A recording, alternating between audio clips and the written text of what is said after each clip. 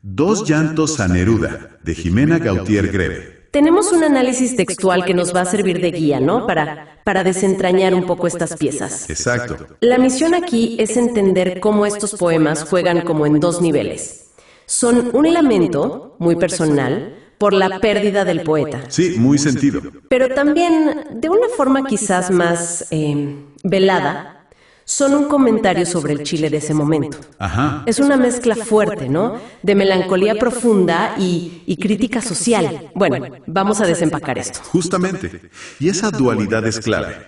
La estructura misma, en dos llantos, ya te marca esa separación y a la vez esa conexión. El primer llanto se centra más en el vacío, ¿sabes? En la ausencia física de Neruda. Claro. El segundo, en cambio, ya enfrenta la angustia de la realidad que se vivía en ese entonces. A ver, exploremos ese primer llanto. Nos pinta una isla negra muy, muy particular, ¿no? Sí, desolada. Desolada, sin sol. Y usa imágenes muy potentes, como ese silencio que solo rompen tus pasos transparentes. Sí. Como sugiriendo que su presencia todavía está ahí, ¿no? Flotando. Exacto, como una huella. Y contrasta mucho su mundo poético lleno de jaspes, de perlas, con la realidad más dura de unas olas frenéticas. Claro. Y fíjate qué interesante cómo sugiere que Neruda no se ha ido del todo. A pesar de ese ambiente sombrío, dice que sigue navegando en ese mar, en su paisaje. Ajá. Es una metáfora muy bella de cómo él persiste a través de su obra y bueno, también del entorno que tanto lo inspiró. Su esencia sigue ahí, ligada a Isla Negra. Pero entonces llega el segundo llanto y el tono da un giro. Sí, cambia totalmente. Aquí es donde la cosa se pone de verdad interesante. Ya no es solo nostalgia, se siente como una urgencia. Casi un grito. Un clamor, sí. Y se invoca a Neruda como mascarón de proa. Qué imagen tan potente, ¿verdad? Nos lleva directo a su casa, a Isla Negra. Muy poderosa, sí. Y el simbolismo ahí es central.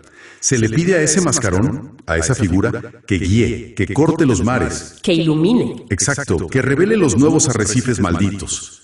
Y la lectura que propone el análisis conecta esos arrecifes malditos con las tragedias, las injusticias de la época. Entiendo. Habla de olas monstruosas recogiendo hombres agónicos.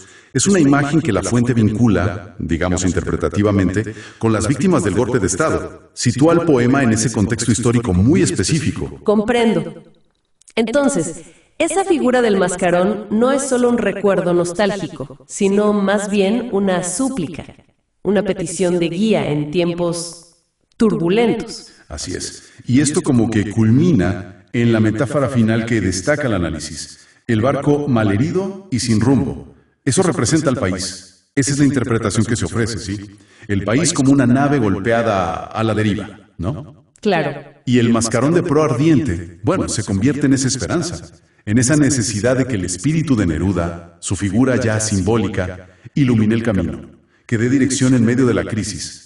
Es casi como elevarlo a una guía espiritual para la nación en ese momento. Entonces, si conectamos los puntos, vemos que el poema va mucho más allá de un homenaje personal. Totalmente. Se mezcla el duelo íntimo de la poeta con un dolor más colectivo, ¿cierto? Absolutamente. Logra esa fusión de manera magistral.